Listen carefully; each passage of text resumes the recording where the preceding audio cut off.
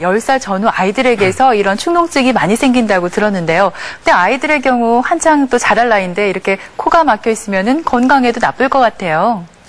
예, 일단 부비동염을 진단을 하는 데는 여러 가지 이제 사진들이 필요합니다. 왜냐하면 부비동염이라는 그 자체가 전에 말했듯이 공기가 들어가야 될 공간을 콧물이나 기타 이물질이 가득 차서 염증을 일으킨 상태입니다.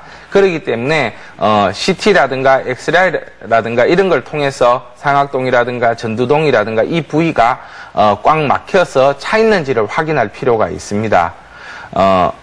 일단 MRI 사진을 봤을 때의 모습도 그렇고 그 다음에 이렇게 CT를 찍었을 때의 모습, 그리고 엑스레이를 찍었을 때의 모습과 내시경을 찍었을 때의 모습이 다 이렇게 확인할 수 있습니다. 가장 이제 명확하게 확인할 수 있는 거는 MRI라든가 CT라든가 엑스레이를 찍어서 확인할 수 있습니다.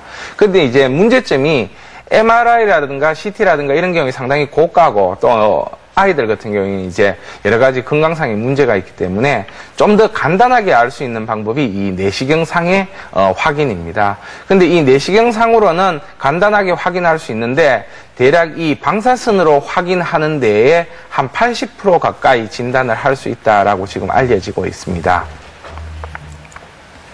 이제 축농증이 치료가 굉장히 필요한데 이 필요한 원인들이 한 5가지 정도 됩니다. 일단 축농증이 있게 되면 성장 발육이 늦어지고 성장이 잘 이루어지지 않는 경향이 있습니다. 왜냐하면 지속적으로 코막힘이 이어지게 되는데 그렇게 되면 수면 부족으로 인해 가지고 피로가 굉장히 누적되게 됩니다. 그리고 이제 코가 막히면은 냄새를 잘 맡지 못하고 입맛도 없어지면서 밥을 잘 먹지 않습니다. 이렇게 되면은 이제 공기를 통한 선천지정과 음식을 통한 후천지정이 다 우리 몸에 원활하게 못 들어오기 때문에 성장 발육이 제대로 이루어지지 않겠죠. 그 다음에 이제 이런 축농증이 있게 되면은 코막힘 증상이 생기게 되는데 그러면은 이제 입을 벌려서 입으로 이제 보조 호흡을 하게 됩니다. 이렇게 구강호흡을 하게 되면은 턱과 입이 비정상적으로 변형된 모습으로 발달하게 됩니다. 그래서 이제 치열이 고르지 않는다든가 이런 문제점이 생기기 때문에 일찍 치료해줘야 되는 그런 면이 있습니다. 그리고 이제 축농증이 있게 되면은 산소 공급이 지속적으로 되지 않기 때문에 집중력이 굉장히 저하되게 됩니다.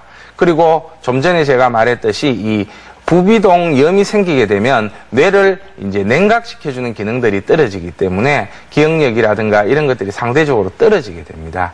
그래서 이제 결과적으로 학습 능력에 저하를 가져오게 됩니다.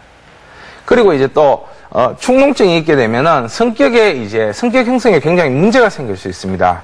왜냐하면 이제 축농증이 있게 되면은 후각 기능이 떨어지는 경향들을 보이게 되는데 사춘기 때 후각의 기능이 떨어지게 되면 이 후각을 통해서 뇌의 이 성격을 형성하는 변형계의 자극이 줄어들게 됩니다. 그러면 이제 변형계가 미성숙한 상태가 이루어질 수 있는데 그렇게 되면은 성격 형성에 악영향을 미치고 정서적으로 상당히 불안정해진다든가 주의가 산만해지면서 대인과 접촉을 꺼리는 성격 장애가 생길 수도 있습니다.